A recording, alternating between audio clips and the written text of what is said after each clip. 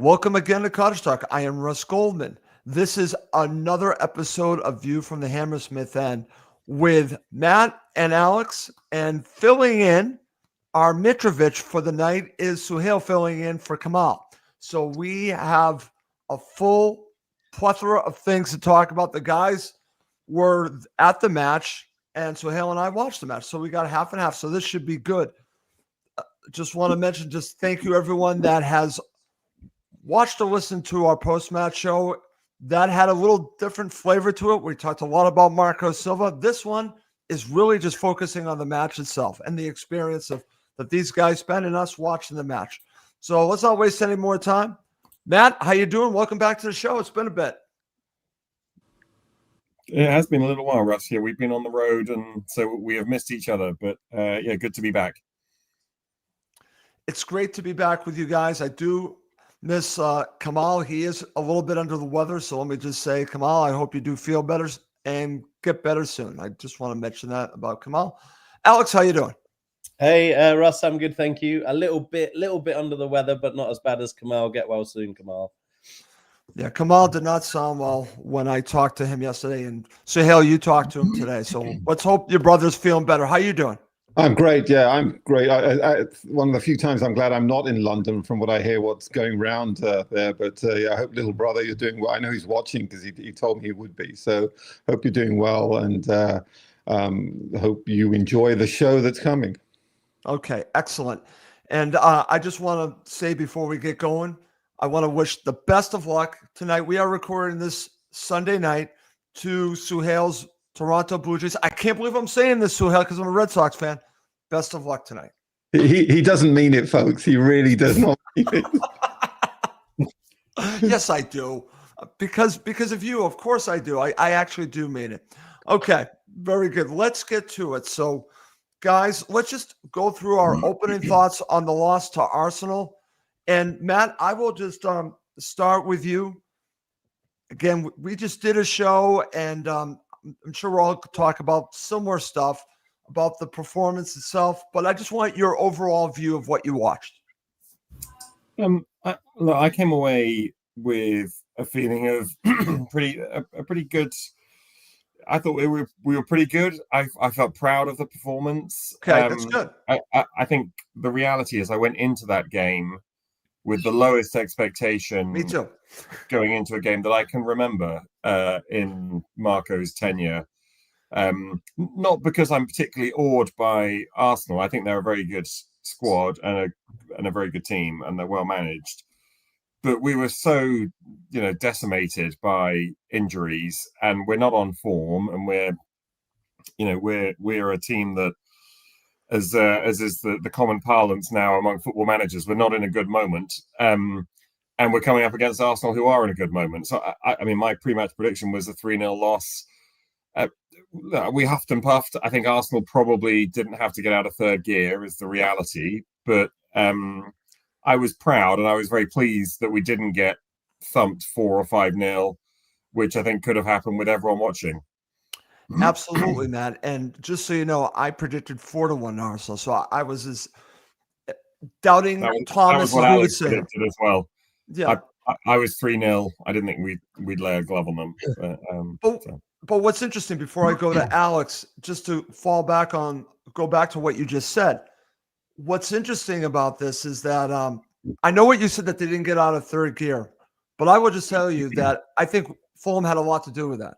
Yeah. Especially the performance in the first half. I thought they were good value. I'll ask you during the show, did it feel like they deserved something from it?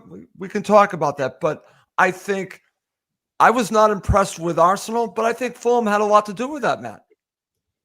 Yep. No, I don't disagree. I mean, I think where Arsenal were genuinely brilliant, I thought, was at the back. I thought defensively, yes, excellent. Calafiori in the flesh is something else. He is a sort of man mountain, but it's also, box to box. And then, the chance that he put away when he was offside was right in front of our seats. He hit that so quickly and right into the corner. I mean, he is super impressive. And then the Raul Gabriel Saliba battle, I thought, was a very good one. Ben White can't get in the team ahead of Timber. And Ben White 2 seasons ago was the best Premier League right back. That's right. You know, it's insane depth. And you know, we didn't work David Raya, but he's pretty good too. So they were very good defensively. Absolutely. I would definitely agree with that. Alex, over to you. Just your opening thoughts. I guess we had a similar prediction here. So in a way, going into it, my expectations, like Matt's, was extremely low. So I'm happy with the performance, but I also feel like there was an opportunity missed. But we could talk about that. What were you thinking? Yeah, I mean, the thing about the game against Arsenal last season was, although we got a point at home, 1-1 draw, if I remember rightly, that game I felt we played entirely without any guts. Nobody wanted the ball. That's right. Arsenal really pressed. They looked much more physical than us. They just kind of bullied us, and we just didn't look interested that day. And it was only because of Arsenal failing to score, and they did score, I think, a last-minute winner that was like a millimetre offside or something. But you know, so I was kind of, as Matt said, with our depleted side, us not in a good moment, Arsenal really looking pretty much like a machine so far this season. I was expecting the worst.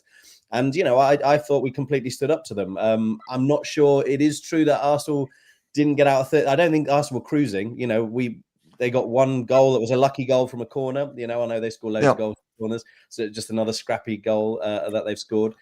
And they didn't look too much like scoring too often other than that. So I think we matched them myself. I mean, I felt much more bullish after the game than I did after looking at the stats and the highlights, because watching it live, I felt we were just as good as Arsenal were.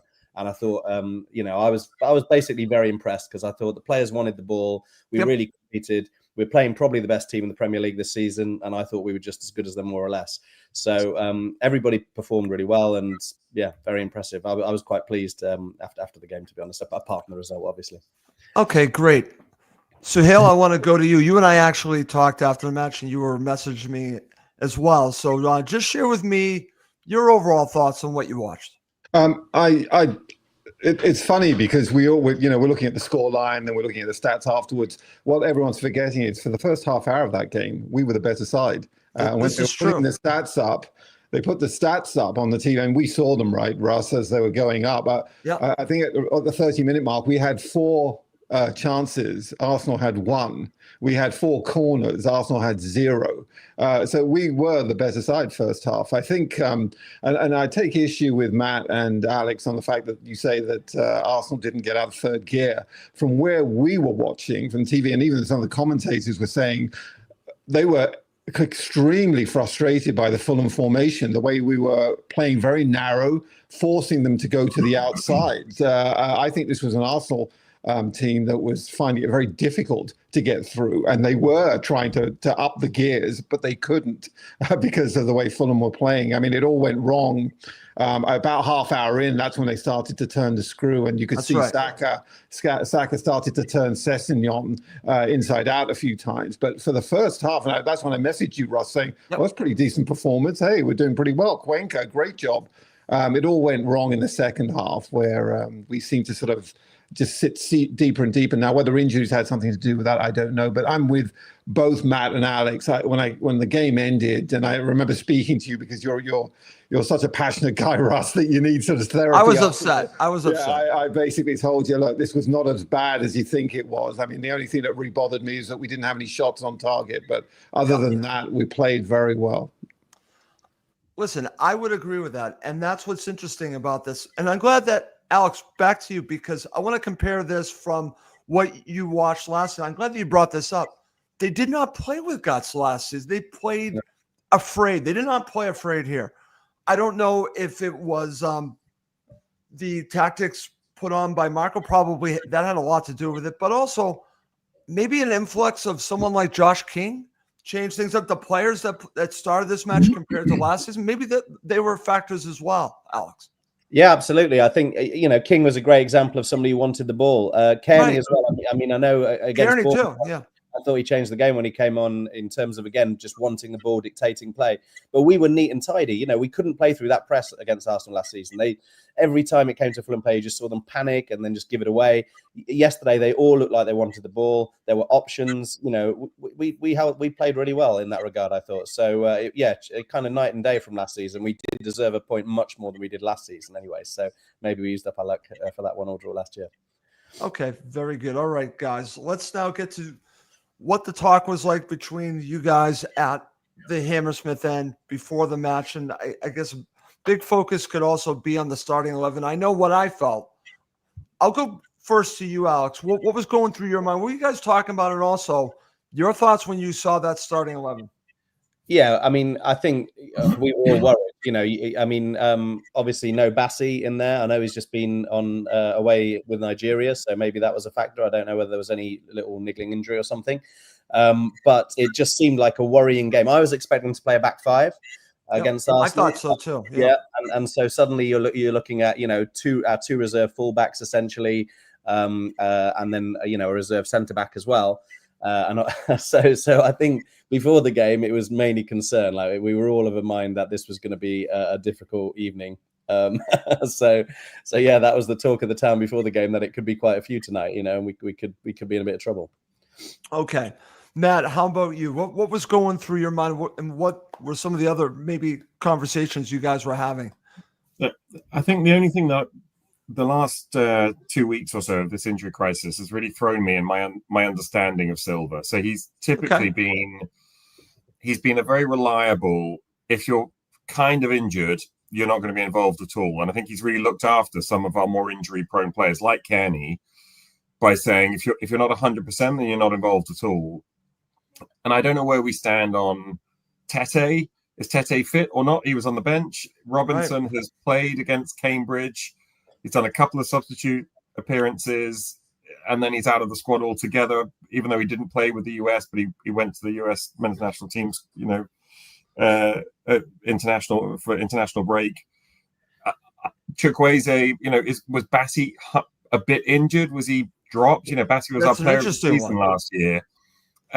I'm sort of in this twilight zone with Silva, where I used to feel like I knew what he was thinking, although occasionally he'd bring up he'd play five at the back when I didn't expect him to. But I don't really understand. I feel less that I can read him now. And yesterday really threw me. I didn't, you know, the idea of Castagna at right back in a 4 when Tete's on the bench just made no sense to me. Castagna in a 5, I understand, right? But Castagna ahead of Tete, was something else. And look, you know, back to the sort of how did I feel afterwards. The moment of greatest pride for me, I think, was towards the end of the game when we were actually defending really well. Yeah, our back 4 was Castagna, Diop, Cuenca, and Sessegnon. That's our entire reserve back 4 against the best team in the league. And Leno had a couple of saves to make. I don't think any of them were worldies. Like, you know, no, they weren't, man. I'm glad that you said that. I'm sorry to break in, because I was talking to someone about this, that if you really look at it, every save he made, he should have made. Yeah. I mean, I think there is an argument. You know, Alex and I were talking after the game, and we said, look, no one was below a 7.5 in that game. I think it was, you know, everybody, including, you know, all of the starters. I think a couple of the people off the bench actually were quite poor. I thought Adama and Smith Rowe struggled to get into the game. But everyone was very good. I think there's an argument for saying that Leno was probably our least strong player on the day, because his distribution was bad. You know, he was lumping it up to sometimes Harry Wilson up against Calafiori and Gabriel, and that was not going to work. Okay. Before I go to Suhail to get his thoughts, what he was thinking, I want to go back to you, because I'm curious on this point. I'm going to ask you this because we're talking about the starting 11. Did you think that adding Kusi Asari to the bench was not going to come off, meaning that he wasn't going to be part of the team? He was just there for just being there. I didn't think he was going to play, Matt. I think he knows that he's going to have to play Kusi Asari at some stage in the Wickham game coming up. And the Wickham game, really, I would argue, is our most important game of the season now. Yeah. Well, if we lose that, this season will begin to feel like a catastrophe. If we win that, we're into the quarterfinals of the Carabao Cup, and let's see where that takes us. and he's going to have to play him in that game. Okay, so you thought he had a chance to play. I think if the game had been effectively over, then he would have come on for Raul. You know, let's say we were 3-0 down. I think Kusiasari would have had the last 15, 20 minutes to rest Raul for Saturday against Newcastle, but also to get some game time into him. So no, I think this is the start of the integration. Okay. Alex, what is your view on that? Do you agree with Matt on that? Yeah, I think so. I mean, I was pleased to see him on the bench, to be honest, because I don't think we've seen much of him at all, even on the bench, right? So yeah, I mean, I don't know whether the thinking was to play him at all, but yeah, I think chances are he wasn't going to get on unless the game was kind of done and dusted. So I think I couldn't see him being thrown on as a wild card, to be honest, against Arsenal. It might have been interesting, he's 6'5". Yeah. We're not going to win too much against Saliba and Gabriel, but I think he would have just been bullied by those more experienced players. So yeah, I think Wickham is the time for him when he hopefully will get half an hour at least to show. Hopefully. All right. Suhail, what did you make of the starting 11? What were you thinking before the match began? Two minds before the match. I was fearful for the start, but on the other hand, I thought this is a free hit because we're not getting anything from this game. So what do I care? So I was actually quite relaxed sitting down because I thought if we lose 4-0, well then no one's going to say, "Oh my God, what happened to Fulham?" Again, the lineup surprised me a little bit. I was delighted to see Raul back. That was the one thing that was worrying me. I was very surprised to see Tom Kearney in the middle, and even more surprised to see Jorge Cuenca, particularly with Iwobi on the field, because I thought maybe you could argue, all right, Bassey's rested because they played the international break, but Iwobi did too. So that's my initial thought. I will say, again, I hate to do this because I've got so much respect for him, but I do disagree with Matt about Leno. He made 3 crucial saves, in my view. One from Gikura's first half, where he was through. I thought it was a goal. He saved it. And in the second half, when we're 1-0 down, you may remember, Gikura's again takes the shot from close range. Leno closes it down, and Martinelli follows it up. And Leno closes it down again. Those were critical saves, in my view. Could have easily gone in at 1-0 down. If that had been, we've gone 2-0, that really, your scoreline predictions will have all played out the way it would have done. He made critical saves there. So Leno was very, very important. And I will say another thing that, normally Leno's criticised for his handling of corners, etc. Up until that, the goal aside, we handled their corners very well indeed. Leno was actually like commanding, basically. So yeah, I'm not passing sentence, Matt, but you do get 30 days in jail for that comment. So. Anyway, come on. We do need to get you a gavel, a Fulham gavel. Yes, we absolutely do. So hell, we absolutely do. No, good. So those were my thoughts before the game. I really didn't. I was relaxed because I thought we aren't expected to do anything here, and I'm sure we'll get into the first half. But I was. Yep, we're just going to get there next. Yeah. I was a bit more. The feeling, Man City aren't quite what they used to be, but when Man City were the sort of 90 to 100 point team they used to be, and occasionally we'd play them either in the yo-yo years or in the more recent ones. I'd sort of turn up and think this will be fun, be quite fun to see these brilliant players, but we're going to we don't have a hope here, and so exactly that relaxation was something I also experienced. Hell, okay, excellent, great stuff to start the show. So now let's get into talking about the match and talking about the first half.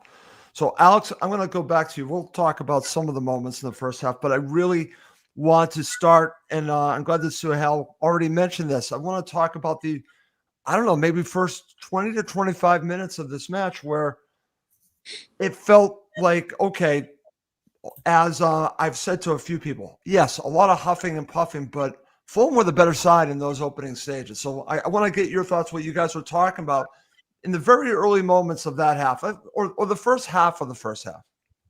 Yeah, I mean, I think it was just pleasant surprise. It was the fact that we were creating chances. The players wanted the ball. Wilson kept on popping up in dangerous spots. King was carrying it really well. Kearney was just playing nice little 1-2s around. It was just kind of comfortable. It was almost weird because I think we were expecting the opposite. But it was just very entertaining. And I thought, oh, you know what, we could do something today. Yeah, I can't remember exactly when Calafiori ripped that one into the corner. We're going to talk about that next. Yeah, that was probably after the first half of the first half, right? Yeah. But yeah, it did feel very comfortable. And what I'll say about Suhail's point around Leno's saves, from that point onwards in the game, never did I feel like we're getting overwhelmed here.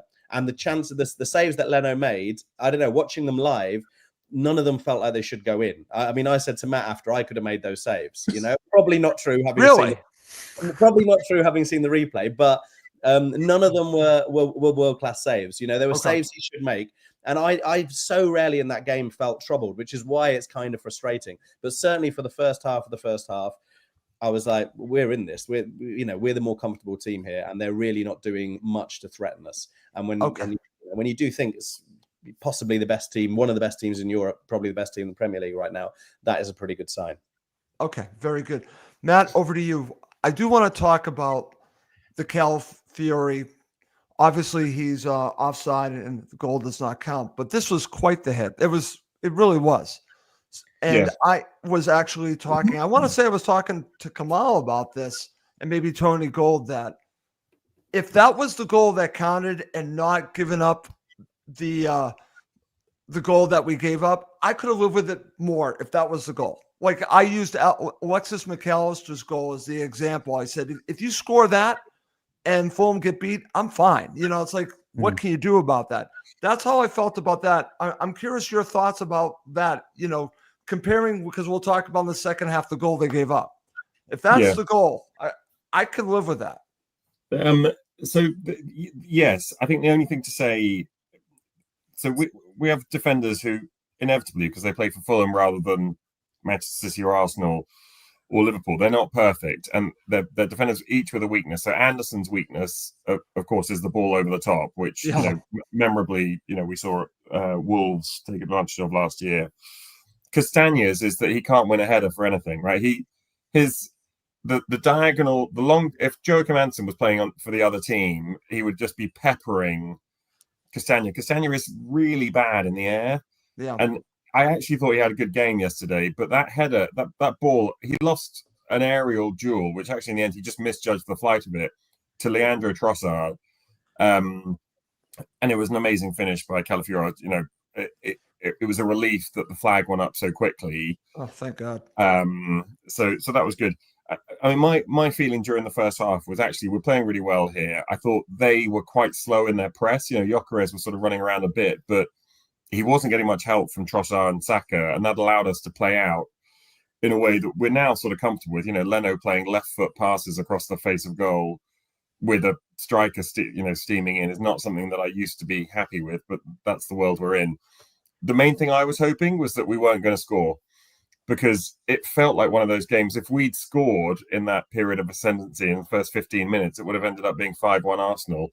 You know, we would have angered the beast. And actually, I thought for quite a lot of that game, if we can just keep this, you know, for 0-0 or even at 1-0, I didn't feel like they were desperate for the second goal. They were trying. And there you go. Right. And to Suhail's point, they were frustrated. Like they were huffing and puffing and not really testing us. And the ideal obviously would have been to sneak a late equalizer, and then they've got 5 minutes of panic stations and we try and hold on.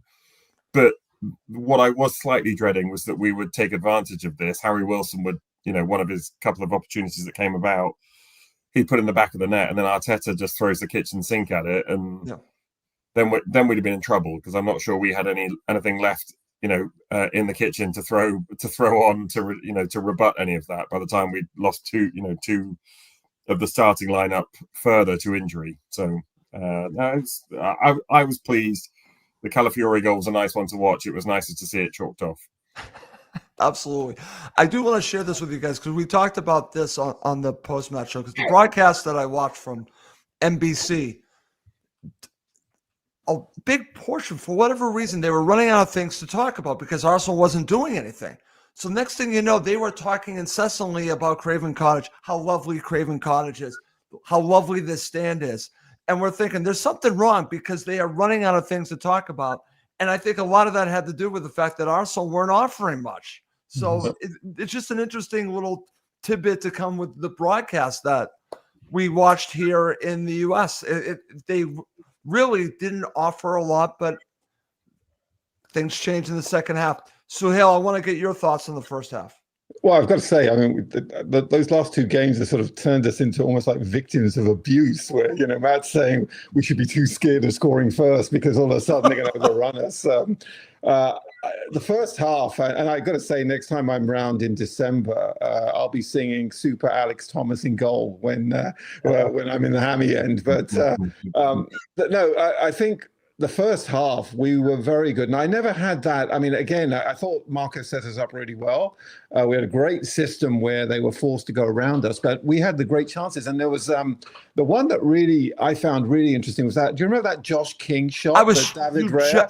I was just about to say that. Well, what really got to me was, you guys didn't see this, but on the feed that we had, and I think you might have had the same feed because you're saying the same call, they said it was a cross that had gone wrong. And I started laughing because on the replay, you can see King look up. And as that wasn't a cross. No, it was definitely a shot. As the ball tipped over, you can see him like hold his head in his hands to say, oh God, you know, I could have scored there. We were very, very good first half. And I didn't have that Matt Wall abuse syndrome in place. I just thought, we score here. Their fans are quiet at the moment. You see how quiet they were during that. We would actually rock them because I don't think they like coming to the Cottage. The results in the last few seasons have not been great. I read some of the comments afterwards where they played us real respect. So if we scored first, I think we would have been okay. But I was quite pleased up until the half-hour mark. And I know it's a half-hour mark because I looked at the clock and I thought, I said, God, 30 minutes. They've really done nothing. And then all of a sudden, you know, stupid me, they start turning the screw in the last 15 minutes. So okay.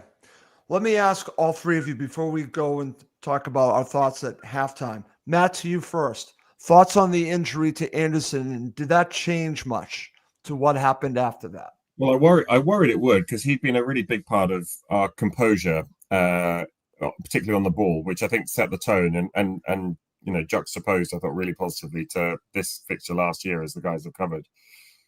The thing I would say is that Diop, not only, I was a bit nervous, right? So it was not a cold day yesterday in London. Diop came on in like leggings and full like undershirt skins. It was a bit of a worry that, you know, you're in for a tough battle, you know, against a really mobile, really physical striker, and you come on basically wearing skiing wear. He wasn't warmed up at all, so he was busy. Every stoppage in play, he was busy trying to warm himself up and doing his stretches and stuff. So I was nervous that he was going to get caught cold, despite his you know, garment efforts. I thought he did brilliantly. I thought he was very good against Bournemouth, and unlucky to be, you know, again, I don't really understand Marco at the moment. It's not a complaint, it's just an observation. I used to sort of know, you know, that he had a really good system of meritocracy, and that if you came in and played well, you kept the shirt. Yeah. I understand if you're changing system, but what I don't understand is why Cuenca comes in for Bassi unless there's an injury, but then why is Bassi even on the bench? Yeah, we'll talk about that. That's the one that still puzzled us on the post-match show. I mean, I guess maybe the lack of Luc de Fougerolles means that, you know, if we needed to call on a defender, I don't know who the next in line is. I don't know who our fifth choice is. You know, I guess it's Sanderberger, but he's kind of busy. You know, yeah, he's a little busy to be doing that at this point. So that would not be good. But Diop, I thought Diop did very well. Clearly, his long passing isn't as good as Anderson's, and so we lost that threat. Okay. But Cuenca and Diop have a good understanding as a sort of pair of understudies. They actually have worked a little bit together, and maybe that played a little in our favour.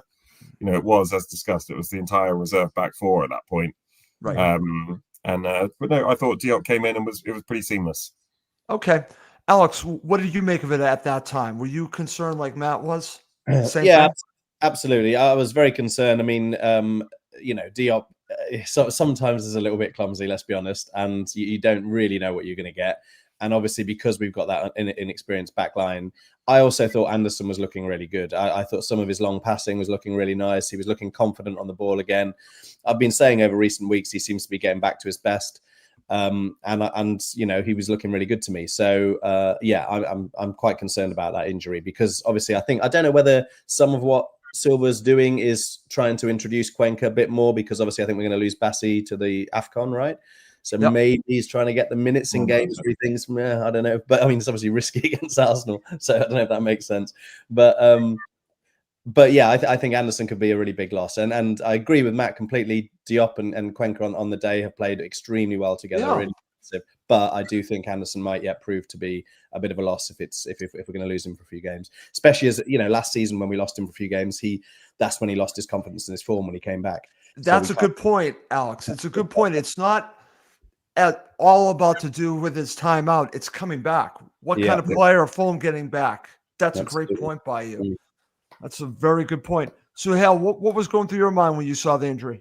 Same as Matt and Alex. He is a big loss. I think Diop did well. No two ways about it. The one thing that, again, we have slight advantage over, although you're there live, we have the cameras. It was very clear at the corners. Anderson was organizing them. He was organizing. You could see him shouting at everyone, get over here, get over there.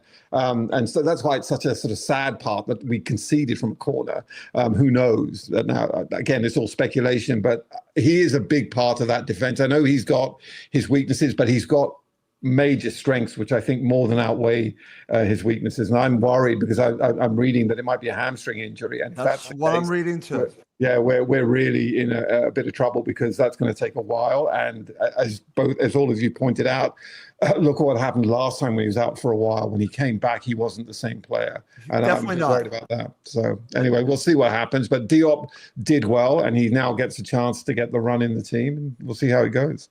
Absolutely. Okay. So, guys, let's now talk about what you were thinking at halftime. And, Matt, I'll go to you again. Just we're at 0-0 at the half. As we all know, Arsenal were stronger to end that half, but Fulham, for, like I said, 30 minutes, were looking good. What were you thinking at halftime? Did you think Fulham, Marco, needed to make changes? And if so, when? I thought the first, Suhail sort of talked about the 30-minute mark, sort of looking at this going, actually, this isn't too bad. And then the last 15 of the half it was a different story. And I think a lot of that was Arsenal going up a gear and turning the screw. But I also thought that Fulham are famously bad after international breaks. And I thought some of our players did start to look leggy. Raul hadn't been away with Mexico, and I think it showed. He was doing and kept doing really well for the whole game. But I thought Iwobi and Wilson and King, who'd all played for their respective national and age group teams, I thought started to look a little. Just Iwobi especially looked a little wearied. Like they'd worked really hard. I thought our press was really impressive. So I didn't want him to make any changes, but I feared that we would run out of juice, and this would be a classic "our squad's bigger than your squad" victory, where effectively we have to ring the changes on 60, 70 minutes because everyone's knackered. And, we're bringing on Harrison Reed and they're bringing on Gabriel Martinelli. And, we know how that goes. So, no, I as I mentioned, I wanted us to try and smuggle this game as far into the game, at a forgettable 0-0 as possible, and then see what happened. So, no, I was hoping for more of the same. Okay. Alex, how about you? What were you thinking about?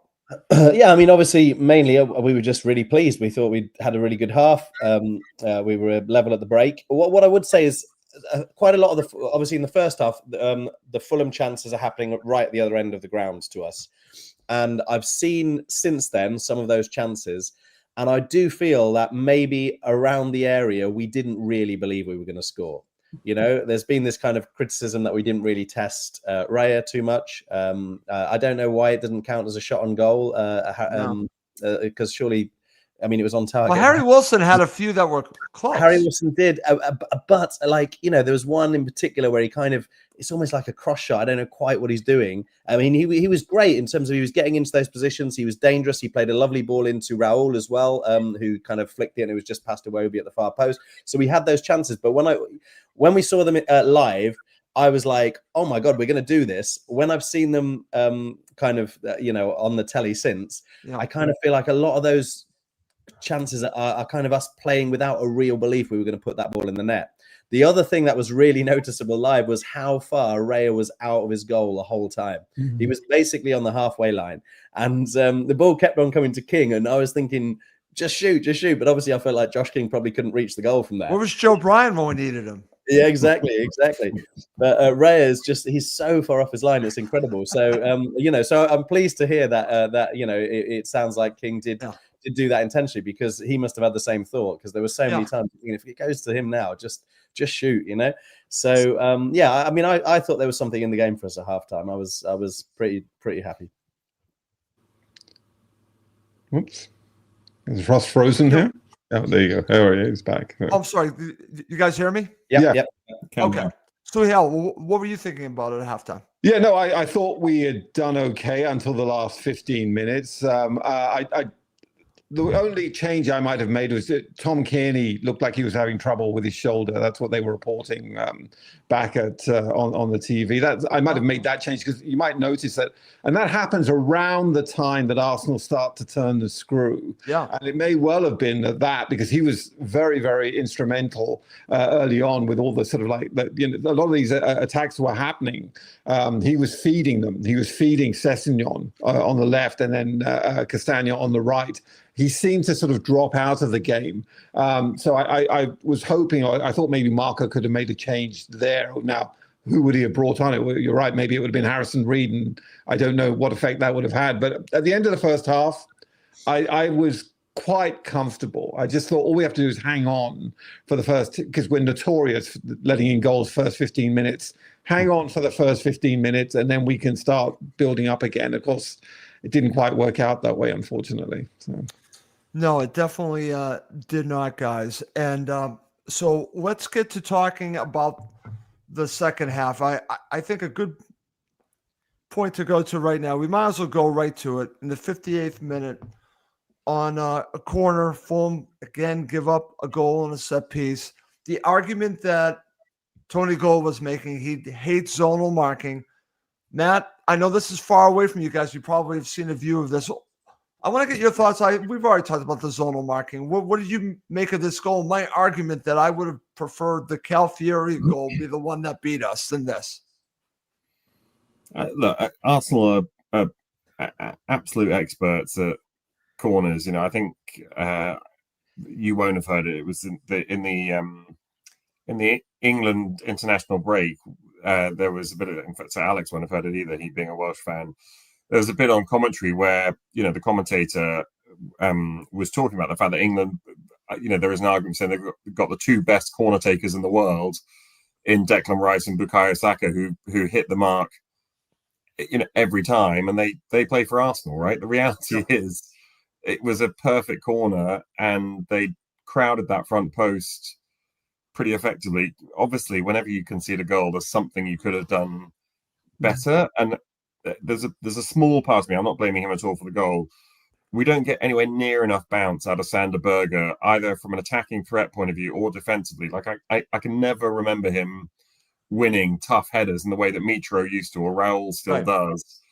And I don't know what that is. He's 6'5". We should be getting more out of that. Look, I haven't got a massive problem with this as a goal to concede. I think if 1-0 to the team, I think last year, year before last, I think we were the team that, other than the bottom three, conceded the most from set pieces. And Marco's really fixed that over the last couple of years. That same team against the team that scores the most from set pieces, concede a goal from a set piece. Surprise. Okay. I'll go to you, Alex. I'm just going to mention the name, and this is what bothers me. Trossard. He's your goal scorer. Yeah, and he knees it in. It's a scruffy goal, and he wasn't very good, Trossard, and he just so beat Wales in the international break. I don't like him. I don't know what it is about him, but I don't like him. It annoys me too, Alex. I don't know what it is. Yeah, I mean, fair enough. Gabriel is amazing on those set pieces, and he obviously gets the first contact. But you don't feel like it's it's intentional design exactly. It's just he kind of half gets a flick on, and it just lands at the right, in the right place for Arsenal, really. So I think there's a bit of luck there. And like I say, in the ground, it didn't feel like Arsenal were going to score most of the night. It just didn't feel like they were going to. So to kind of lose to a goal that was ugly and was kind of typical Arsenal is a bit sad. And I agree with you. If I was going to lose to one of those goals, I'd have rather to see that Calafiori one count, because at least you would say, well, I was there. That was one hell of a strike, Right. That's the way I look at it. Your thoughts, Suhail, on it? Similar to what both Matt and Alex have said, and I think the one thing I really agree with Matt is the fact that if you see the goal, Martinelli barely gets the flick on. It's just a basic touch, and who's in front of him? It's Sander Berge, and he should be able to. He should be able to at least make it difficult for Martinelli to make a flick on. He barely leaves the ground, and it is a bit lucky, because I don't think Trossard or Raul, who are standing at the back post, could see the ball coming their way, and they just sort of it was just an instant reaction, very scruffy goal. I was quite frustrated by it, I've got to admit, because I thought we'd handled the corners very, very well, and that's where Arsenal looked like they were going to score. That's where the big set, they call them set piece FC now. Everyone should have known this, and we'd handled the corners very, very well, and it really ticked me off that they scored from one, and it really annoyed me. As I say, Trossard, quite annoying. And then when you see you guys, great thing about you being there live, you don't have to see a celebration on TV the way that Russ and I have to. It was awful. It was like he felt like he'd been, the ego exploded. Yeah. It was just like he thought he'd been man of the match at this point. And look at how grateful you should. It was awful to watch. Anyway, that's the great thing about being there live, and you don't have to watch that stuff. You don't have to put up with the BS. I had no idea who'd scored live. It was sickening to watch. It really was. Okay, excellent. All right, guys, let's move on. The next thing I want to talk about is the decision on the substitutions. Kearney needs to come off. Injured, comes off. So the decision was made to bring on Kevin and Emile Smith-Rowe and take off Kearney and take off Josh King. Matt, I want to go back to you because you've already brought this up. You thought that maybe King was looking a little bit leggy. I'm not there, so I'm glad that you shared that. What did you make of the decision? Because he refuses to play Smith-Rowe and play King together. What did you make of this decision again to take off King? I think there's a bit of player management there of, the reality is King has gone from playing no senior level football other than, he had that one start against Southampton last season and a couple of small substitute appearances. And then from this season, he started he started every Premier League game for us, and the last Premier League game, he started up front on his own. He's and he weighs about as much as my leg, and it's like, good luck, mate. Go and be the target man. I think there's a bit of player management in there, and I've got time for that. I don't want us to burn him out. Okay. Kenny going off. So my understanding, again, it's a little hard to see, but Iwobi tucked in field. Yeah. Right. And Kevin went out wide. Right. People have been talking about this Iwobi move into midfield, which he did play when he was at Everton at times. Although at Arsenal, he'd never done it to the best of my knowledge. He was always a winger at Arsenal, having been initially a striker in the youth setup. I thought Iwobi. I've been a bit dubious about it, mainly because Marco knows Iwobi really well, not just from us, but from Everton. Yeah. And he hasn't gone to that move until this time. I thought Iwobi was fabulous when he moved into that role. That. I've been arguing for this. Well, yeah, and I haven't been anti it. I just presume if Marco doesn't see it, there's no one better qualified to see it. Sure.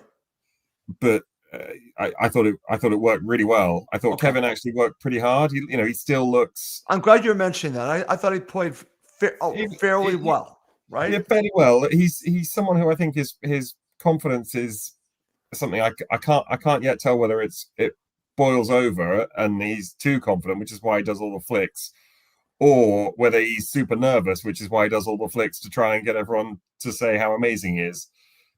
The reality is he looks young and naive and someone who doesn't yet understand the responsibilities of the Premier League. And I was really relieved for him when the VAR, I know we'll come on to that, when the VAR we're going to that next. Went his way.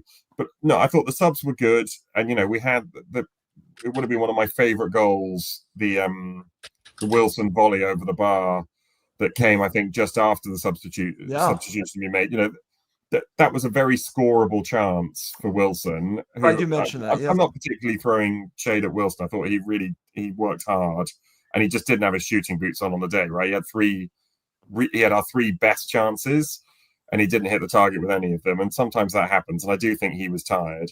But no, I like the substitutions. I thought Smith Rowe.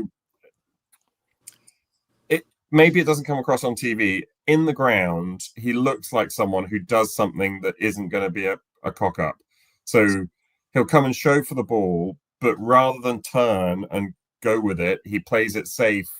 He does a wall pass to the next player and then gently jogs along to the next thing. And he's hiding. He's hiding in the shirt, and it's very frustrating to watch because there's no one with any grit or grip or determination or bite in him. And we've spent a lot of money and we've invested a lot of faith and we've given him a lot of time. And we're at the moment, I know how Alex feels, and I haven't even gone to him about talking about Smith Rowe. but I thought he was really limp again yesterday. It was lots of very safe, 6 out of 10 vanilla passes that, and basically shunting it on for someone else to take the responsibility. And look, maybe he's looking at Adama, who does take on the responsibility every time. Adama is like, you know what? I'll have a go. I'll try and be the person to beat the guy. And half the time we're all groaning because he then slices it into the crowd. Right now, and this will be an unpopular opinion, I'd rather Adama than Smith Rowe to try and change the game. Wow. Okay. I can't wait for Jaquazi to get back. I'll just me too. We need Jaquazi back. We missed Jaquazi in this game. I will even say that because I think he's got serious potential. Over to you, Alex. What did you make of this situation? I understand where Matt's going on the management of Josh King, but then he's talking about how Smith Rowe, what Smith Rowe is not doing and Josh King is doing. So it frustrates me. What do you make of all this? I didn't like King coming off when he did. I thought King was one of our, bright lights on the day. I thought he looked really up for it. He didn't look at all phased by playing Arsenal. He wanted the ball. He was carrying it. He was causing trouble. So I was a bit like, that's a bit of a loss. Kevin as well. I will say a few things about his performance. Because, as we know, after the Leeds game, I was beginning to talk about after Kevin and before Kevin, thinking like the new Messiah had arrived and all this kind of stuff. And I went too early. I'm going to admit it. And the thing that disappointed me about him yesterday was there was a bit of the Smith Rose about him in terms of he didn't want the ball at times he really should have. There was one particular moment where Bassi had gone out and was kind of running down a blind alley and he just needed somebody to show down the line. And Kevin, all he had to do was move 3 yards out to the touchline to say, yep, give me the ball. And instead, he just sat by his marker, not wanting it. And Bassi just was left with nothing to do. And that was indicative of the way he was playing yesterday. He still looks really good when the ball's at his feet. Yeah. So when he's moving in the final third, he's carrying the ball. He makes good decisions. He's got a lot of pace, a ton of pace. He has, and he's clearly got the quality. The way he quickly shifts the ball under his feet, you can see defenses are like jittery when he's got it. So I still think he's got a lot to give. But I was really worried about the fact that for me he wasn't showing enough yesterday. And again, if I was him, because he does seem to drifted down the pecking order a little bit from that first week where we're all shouting bring on Kevin before he's even kicked a ball for Fulham to now nobody really cares. His stock has fallen over the last few weeks. It has. I was hoping he'd be going, do you know what, Arsenal are the kind of club I want to be signing for by the end of the season, so I'm going to go and tear them apart. I was hoping that this is the kind of game he would just go, give me the ball and let me win it for you guys. And he didn't want it, is the feeling I got. And also then he did that insane naive challenge, which, he did get a touch on the ball, but it was such a stupid thing to do. Well, we'll talk about that next. Yeah. I was disappointed with sub King, to be honest. I thought he was playing really well. I can understand where Matt's coming from. Makes sense, player management. Yeah. But on the day, I thought he was a really dangerous player, and we lost something when he went off. And I think this has been happening. We lose something when he comes off. Alex, that's what's frustrating me. Do understand exactly what Matt says. This makes sense from a coach perspective, but from a Fulham perspective on the pitch, it hurts them every time he comes off. That's where I'm coming from. If he gets injured, then it's Smith Rowe starting every game. So I Fair take point. this diet. I take Fair this point. diet over that one. Okay, fair point. Fair point right now. Okay, Suhail, you're going to have the final word on all of this. I'm going to have to dissent a little bit on some of here this we go. stuff, basically. So the first bit I'll dissent on is Matt's view on this is player management. I don't think it's player management. I think there are two schools of thought: the Alf Ramsey school and the Sven-Göran Eriksson school. The Sven-Göran Eriksson school is you put your best 11 out there, regardless of the position. You may remember Steven Gerrard on the wing in the Euros. That's one school of thought. I think Marco comes from this Alf Ramsey school where he says, I'm only going to play a player in their natural and best position. And I think he sees, and I don't agree with him, but he sees ESR and King in their best positions are each other's positions. So if he wants to bring ESR on, he's going to take King off. That's why he's doing it. That's my take on it, because every time King comes off, it's because ESR is coming on. I think they could both play together. Don't get me wrong, but I think that's what Marco's view is. So I didn't, I didn't think the substitution was correct, but I think he did it. On Kevin, I disagree with you, Alex. I saw bits of him again where I thought, geez, this is what we needed. And I know we'll come to the penalty thing. You can call it insane, naive, or you can call it brilliant, because Saka was getting ready to tee up to score, to shoot on that. And so you can argue one way or the other. But I think the problem with Kevin is he needs to start. You can't keep bringing him on. You as said that on the post-match show. Yeah, you've got to start him, because he's the sort of confidence type of player that once he needs to get up and running and get to the point where he thinks, yeah, I'm the guy, and I'm the guy they're going to pass to. And when you bring him on with 20 minutes to go, he's not going to get that type of rhythm going. That's where I think, so I'm sorry, I have to disagree with both of your thoughts. And I know they're probably thinking, oh my God. Just on that, if I may, Go ahead, Matt. So Marco and his sort of meritocracy, he gave a start to Kevin against Cambridge, and Kevin basically flushed it down the loo. He was so bad. That was bad. I mean, that was really bad. All 11 were bad that night, Matt. So you could argue all of them should have been dropped onto the bench. That was I think I'd probably give a pass to Cuenca and Lecomte, who had but no, I agree. All of them were bad, Raul included, and he did start the next game. Yeah. But the Kevin, that was a game where Kevin, all he had to do was be fairly good against League Two, and he was, I would say, very bad. He was sort of Carlos Vinicius bad. Yeah, he was bad. Yeah. So he was given that start and he blew it, and that's why he's on the bench until he can prove us otherwise. So he should be doing what Alex is sort of saying, like, let's get that £70 million transfer to Arsenal, please. Yeah, no, I can't disagree with the fact that, look, he wasn't brilliant yesterday, but I still think when he got the ball, I mean, he had a couple of times he got the ball, put crosses in that were dangerous, much better than the crosses that were going in previously. My own take on it is that he needs to start and he needs to be shown, look, when you're starting, we're going to be passing the ball to you.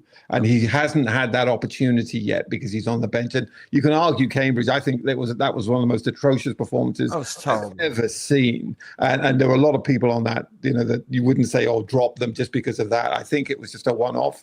It was very Crawley Town, except we went through. Yeah, terrible. Just to be clear as well, I'm not saying, so I agree with you, Kevin, on the ball was really good. So when he had the ball at his feet, his delivery was great. He was a positive. My issue was, it's the responsibility. It's the same thing I've got an issue with ESR. It's about wanting the ball. It's about wanting to get on the ball. And you can see when you're watching live, when a player's basically just putting themselves in positions they can't get it. And when a player's looking at them, just move there so I can give you the ball, and he's not doing it, he's not wanting the ball.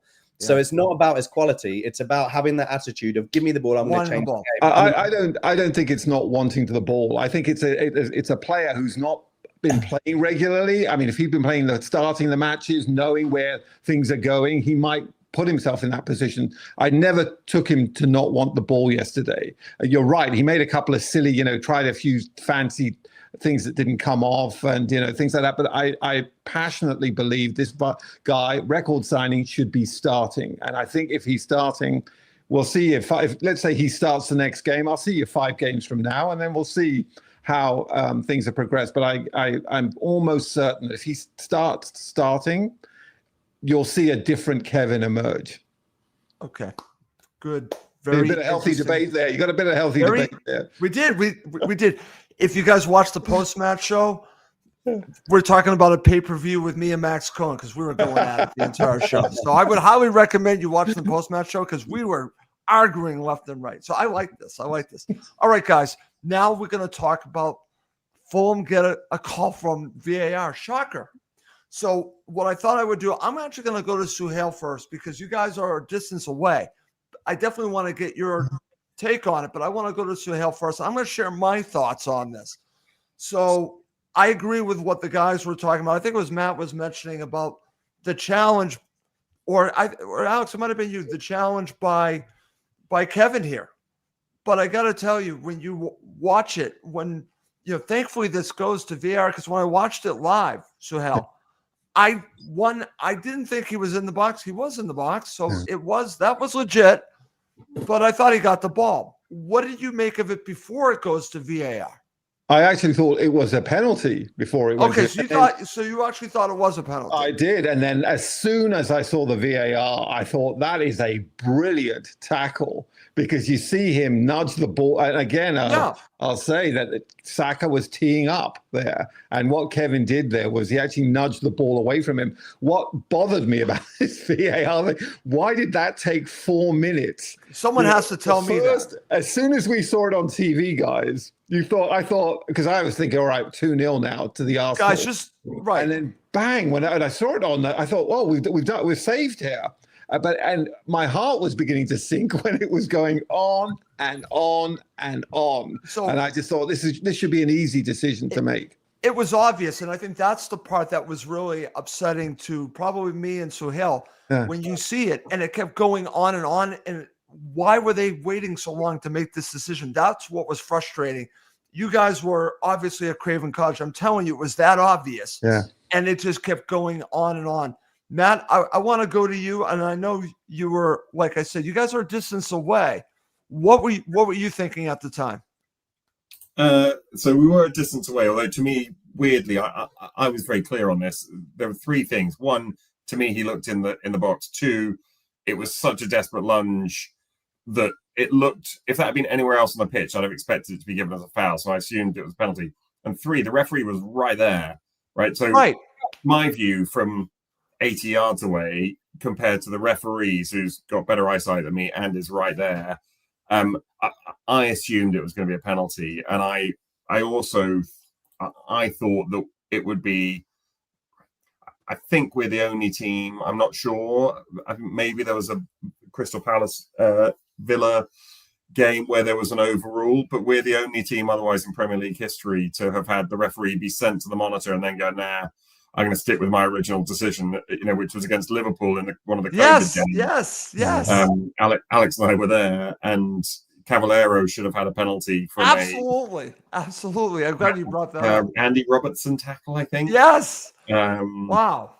And the referee was like, nah. Andre Mariner was like, nah, just I can see that it's a foul, but I'm going to just wait. Let's go goal kick. And I assumed this would be one where he'd been sent to the monitor, but was going to say, I still think it's a penalty.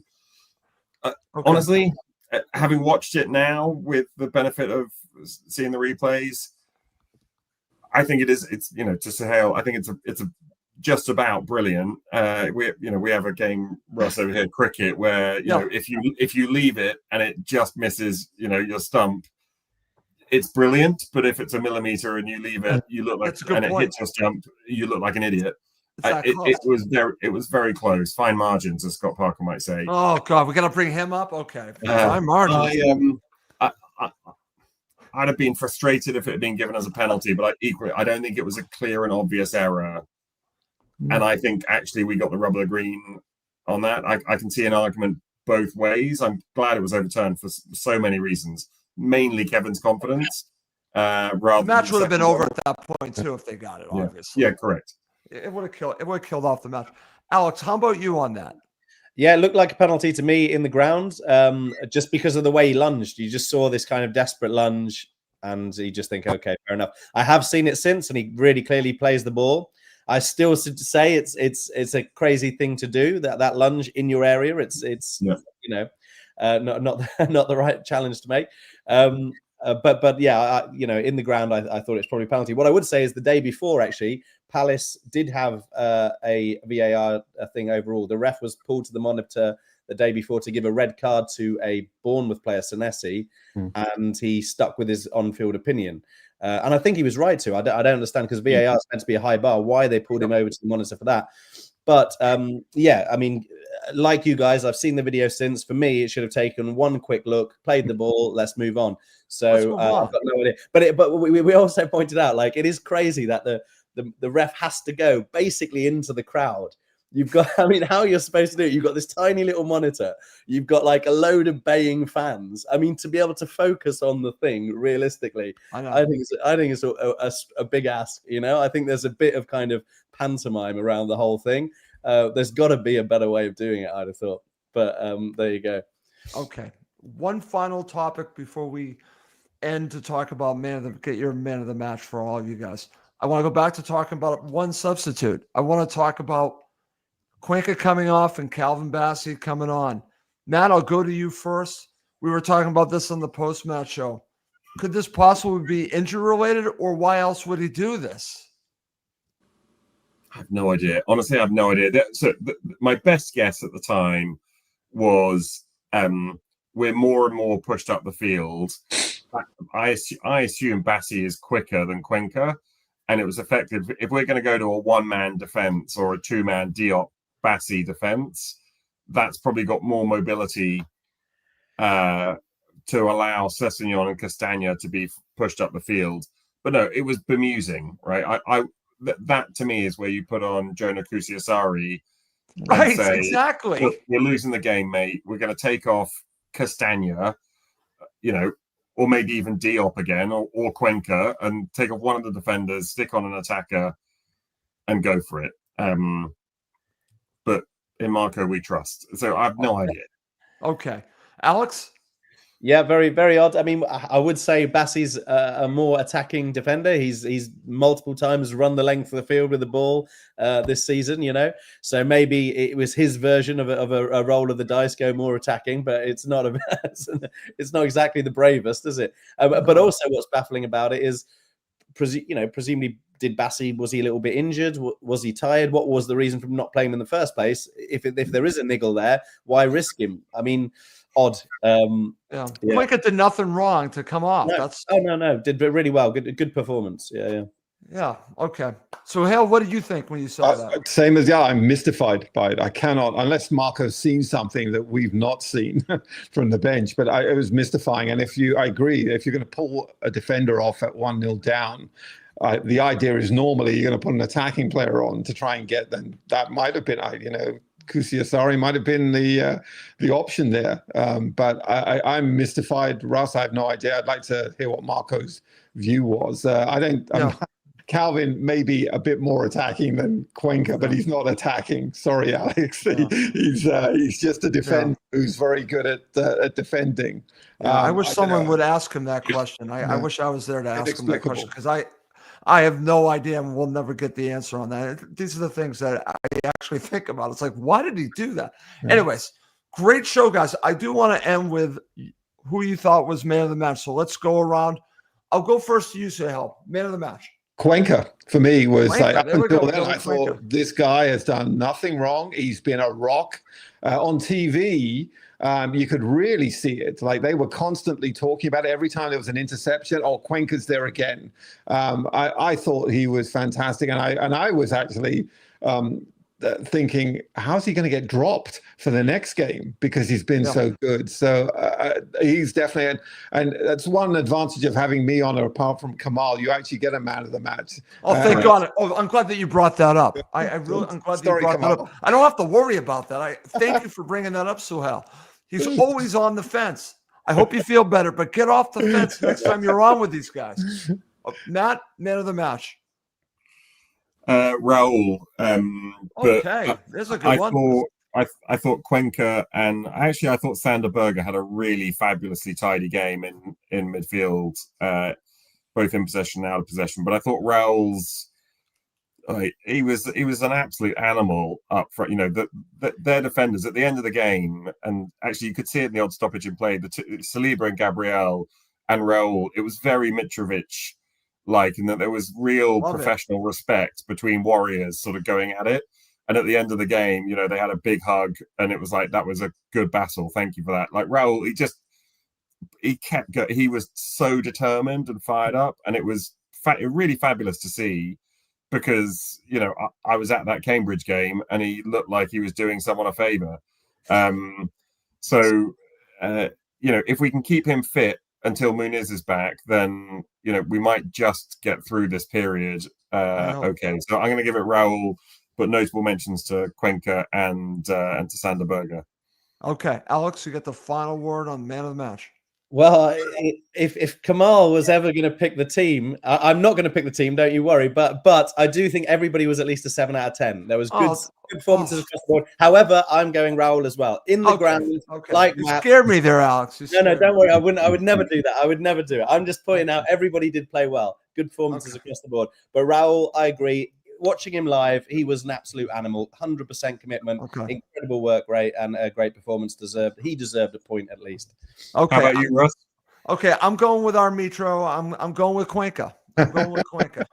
So I truly, and again, listen, it's difficult for us because we're not there. But what I watched, I thought he really shined. That's why I think maybe the decision bothered me even more, because I was like shaking my head, like, why is he doing that? And it also goes to the whole Josh King. It's like, why are you taking off players that are helping you stay in the match or get something from the match? Why do you do that? That's why I'm a little frustrated by our manager lately. But again, I shouldn't be, because this is what he does. This is who he is. And it's typical. But this one was baffling to me. It was baffling.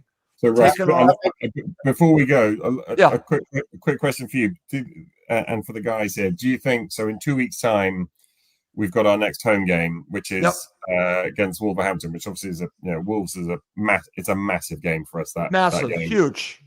Do you think Marco's going to be in charge? Oh yeah. Honestly, I would say yes. I would say yes, Matt. I think he'll be in charge, but I do hope in the next time that we do a show together that he has a new deal. I'll say that.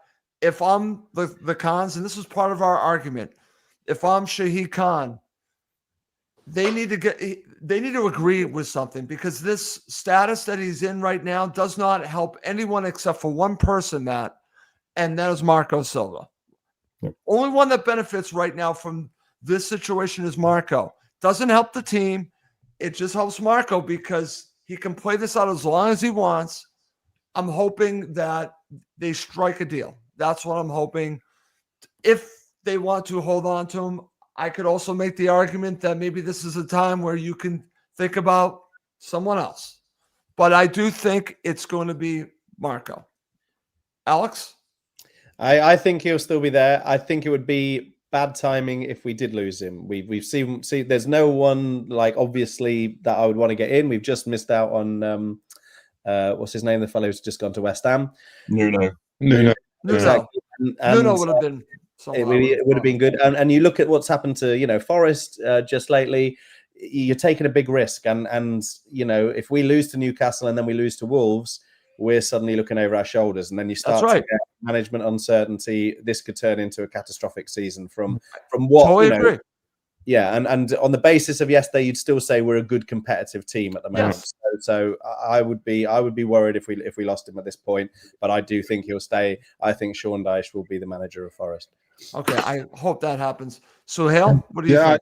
I agree with the guys. I don't see him going to Forest. I think it's. I know everyone's saying they're in Europe and they're a bigger club, etc. They're in real dire straits at the moment, and their owner is not someone.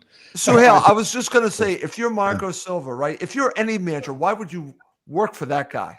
Yeah, well, he worked with him before, so he worked. Yeah, he won the league for him at Olympiacos, and they both talk about that being really good times. So Well, as I say, I'm a little bit skeptical of that. Really, he did leave after all, so for personal reasons. So I don't know. I'm not convinced about that. I actually think we're going to get something from the Newcastle game next time round.